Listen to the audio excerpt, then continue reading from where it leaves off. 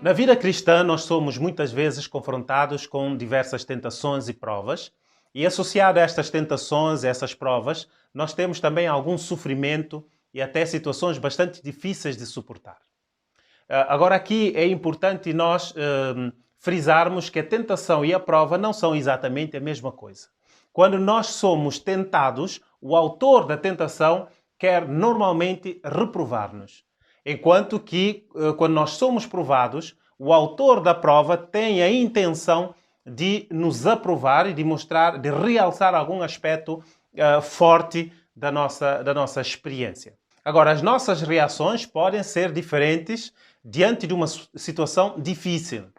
Algumas pessoas podem pensar que é demais aquilo que estão a passar, que não poderão suportar, e isto leva até a algum desânimo. Outras pessoas podem pensar que é injusto aquilo que estão a passar e podem pensar porque eu e não outras pessoas. Com tantas pessoas no mundo, porque é que este acontecimento, esta situação me acontece a mim?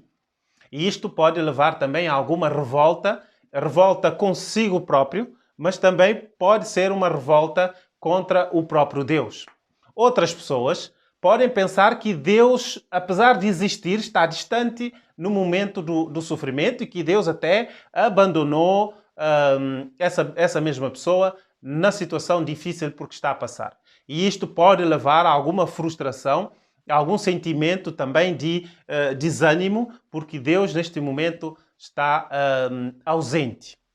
Nós vamos ver 3 aspectos que nos poderão ajudar a enfrentar uma situação difícil, mas de uma forma positiva e com alguma vitória. O primeiro aspecto nós podemos ver no livro dos Salmos, no capítulo 103 e nos versículos 13 e 14. E vamos ler. Como um pai se compadece de seus filhos, assim o Senhor se compadece daqueles que o temem, pois Ele conhece a nossa estrutura e se lembra de que somos pó. Nós podemos retirar aqui vários elementos. O primeiro deles é que nós temos um Deus que é Pai. Eu, como pai, eu entendo bem o que isto quer dizer. A preocupação que nós temos com os nossos filhos, com o bem-estar dos nossos filhos, aquela vontade de ver que eles realmente não estão a sofrer, que todas as necessidades estão supridas. Isso tudo está incluído na ideia de pai. Para além do sentimento de amor incondicional que um pai tem para com seu filho. Depois, um segundo aspecto é que Deus se compadece. Aqui nós temos uma expressão que é uma raiz hebraica primitiva, raham, que significa acariciar, amar, apiedar-se ou compadecer-se de alguém. Normalmente este verbo quer demonstrar uma simpatia profunda e gentil por aquele que sofre, uma tristeza sentida por alguém que está a passar por uma situação de aflição ou por algum tipo de infortúnio. Mas também este sentimento geralmente é acompanhado de um desejo profundo de aliviar o sofrimento do outro. Então nós temos um Deus que se compadece das nossas dificuldades, dos nossos problemas. E também nós vemos aqui que Ele conhece as nossas fraquezas. Se nós relembrarmos aqui as palavras do salmista, nós vamos ver que ele diz que Deus conhece a nossa estrutura e que Deus se lembra de que somos pó. Deus sabe até onde nós podemos ir. Deus conhece as nossas fraquezas e Deus sabe da nossa transitoriedade. Por isso, em 1 Coríntios, no capítulo 10 e no versículo 13, Paulo faz a seguinte afirmação. Não veio sobre vós tentação senão humana, e fiel é Deus, que não vos deixará tentar acima do que podeis resistir. Antes, com a tentação, dará também o escape, para que possais suportar. Esta ideia é extraordinária, porque este Deus que nos conhece, esse Deus que é Pai, que se compadece, conhece as nossas fraquezas, Ele sabe que todos nós temos um limite. E, portanto, quando nós somos tentados, o próprio Deus coloca uma barreira à tentação, para que não sejamos tentados além daquilo que nós podemos realmente suportar. E outro elemento que ele diz aqui que é importante é que o próprio Deus nos dará o escape. Ele mesmo nos dará os recursos necessários para podermos suportar esta tentação. Então nós vamos ver aqui, no primeiro aspecto, que nós temos um Deus que realmente está preocupado com a nossa situação e que estabelece um limite a qualquer tipo de tentação que possa existir.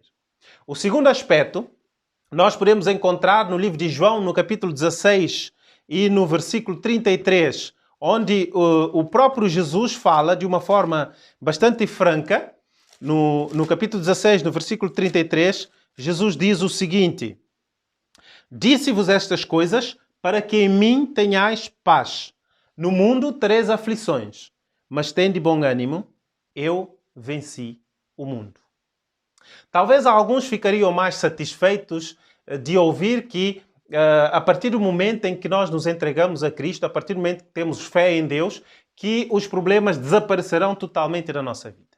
Mas não é isso que Jesus diz. Jesus diz que Ele está a ser franco conosco, que a tentação e o sofrimento são reais e que neste mundo nós vamos ter, sim, algumas aflições, alguns problemas que nos poderão até tentar ao desânimo. Então, qual é que deve ser a nossa atitude? Jesus diz aqui, mas tende bom ânimo. Por outras palavras, Jesus quer dizer que nós devemos manter a nossa firmeza, a nossa confiança em Deus e não desanimar perante uma situação difícil. Muitas pessoas, quando estão diante de uma situação adversa, baixam os braços e deixam de lutar. Isto significa que caíram no desânimo. Mas aqui nós temos a certeza que Jesus venceu. Então, se nós também queremos vencer, nós precisamos seguir o exemplo de Cristo. Uma coisa que nós precisamos saber é que a vitória sobre a tentação, nós não a conseguimos sozinhos. Nós precisamos estar ao lado daquele que anunciou aqui que ele é o vencedor do mal e das tentações.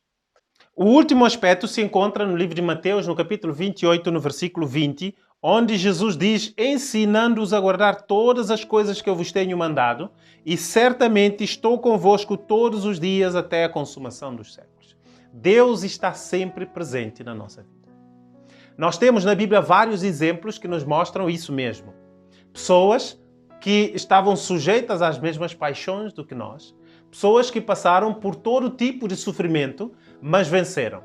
E nós vamos ver, por exemplo, José no Egito, quando houve fome. O que é que acontece com José? Deus esteve ao lado dele. Nós podemos ver também Moisés, quando teve que atravessar o Mar Vermelho com o povo de Israel. Deus também esteve ao seu lado. Quando Jacó esteve angustiado porque queria voltar para casa, mas não sabia se tinha sido perdoado pelo seu irmão, aquela angústia era muito grande, Deus também esteve ao lado de Jacó.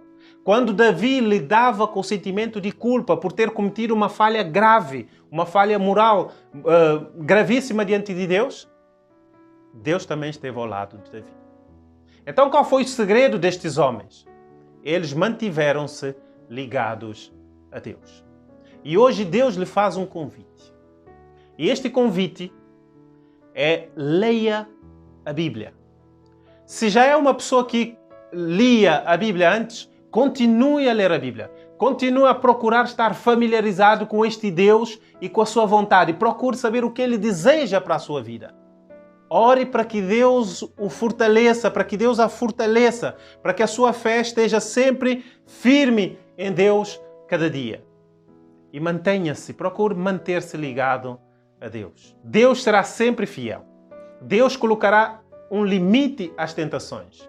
E Deus estará sempre presente, dando-nos a força necessária para fazermos face às dificuldades. Quando você sente medo do teu lado,